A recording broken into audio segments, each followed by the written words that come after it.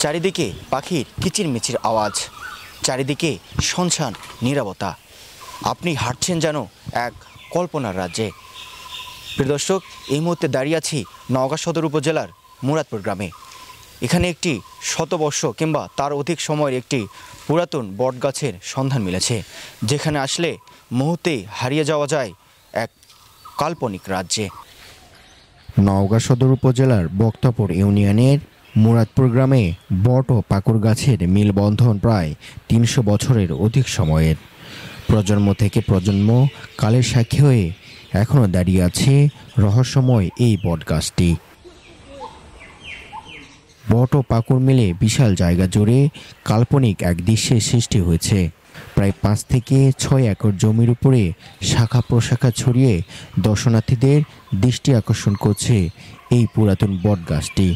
বহুদিনের গাছ, আমার জন্ম থেকে আগেকার গাছ। এটা আমার বাপেরাও দেখেন এই গাছটা কতদিনকার গাছ। এটা গোড়া যে কোথায় আছে তাও জানা যাচ্ছে না। গাছের আমরা এটার বলতে পারবো না কতদিনকার গাছ।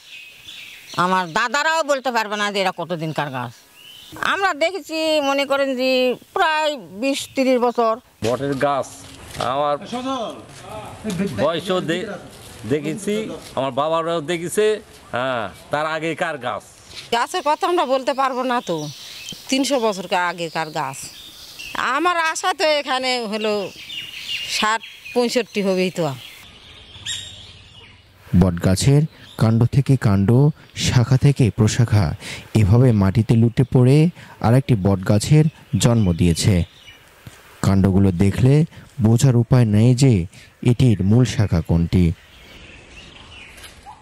লতা থেকে মাটিতে পড়ে সৃষ্টি হয়েছে আরেকটি বটগাছ। এভাবে অনেকটা জায়গা জুড়ে হওয়ার কারণে এক অন্যরকম সৌন্দর্যে বিমোহিত হয়েছে স্থানটি। বটগাছের নিচে ও পাশে রয়েছে সনাতন ধর্মাবলম্বীদের কালী মন্দির, যেখানে কয়েকদিন পর পর বিভিন্ন অনুষ্ঠান করেন তারা। আমরা এখানে খেলতে আসি, তো এখানকার গাছ অনেক দিনকার, এজন্য আমরা এই গাছটি দেখে অনেক আনন্দ পাই।